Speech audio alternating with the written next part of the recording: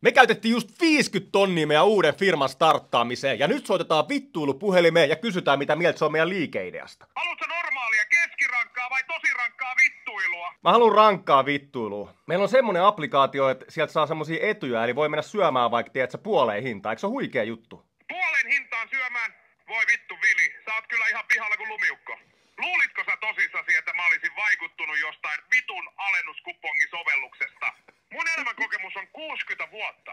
Ja mä oon nähnyt enemmän paskaa kuin sä oot ikinä syönyt. Ja se sisältää myös niitä puoleen hintaan tarjottuja ruokia. Kerro nyt, missä vittu kaupungissa sä asut, Vili? Helsingissä, ja meidän applikaatio on just niinku tällä hetkellä launchattu Helsinkiin. Helsinki on täynnä vitun hipstereitä ja ruuhkaa, ja sä tuut sinne jonkun vitun alennussovelluksen kanssa. Luuletko sä tosissasi, että kukaan kiinnostuu sun paskasta, kun ne voi mennä syömään puoleen hintaan? Minkä ikäinen sä oot, Vili? 32, mutta tiedätkö, me käytettiin 50 000 euroa tämän applikaation kehitykseen. Voisitko nyt vähän kertoa jotain positiivista siitä edes?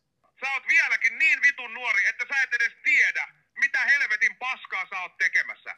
50 000 euroa. Voi vittu, Vili, sä oot kyllä ihan vitun typerä. Sä oot käyttänyt enemmän rahaa siihen vitun sovellukseen, kuin mä oon käyttänyt kaikkeen paskaan elämäni aikana. Ja sä haluat multa jotain positiivista. Mä voin sanoa sulle vaan yhden asian. Haista vittu! Pitäisikö ihmisten sun mielestä käydä kokeilemassa meidän applikaatioa, The List? Kokeilemaan sun vitu alennussovellusta. Voi vittu, Vili, sä oot kyllä ihan vitun naurettava. Mä en suosittelisi sun paskaa kenellekään, paitsi ehkä sun omalle vitun äidillesi. Mutta jos sä haluat, että ihmiset kokeilee sun sovellusta, niin anna mennä paha. Mutta älä tulla sitten itkemään mulle, kun kukaan ei lataa sitä. Mitäs me sitten tehdään, jos tää epäonnistuu? Jos sun vitun applikaatio epäonnistuu, niin sä voit sitten mennä takaisin sinne vitun opiskelemaan, Vili. Tai sä voit mennä vaikka vitun kerjäämään kadulle, jos sä et muuta keksi. Mutta älä tule takaisin tänne itkemään mulle. Onko jotain muuta vielä, mitä me voitaisiin? Nyt joku semmoinen pikku vinkki. Mä voin antaa sulle yhden vitun vinkin.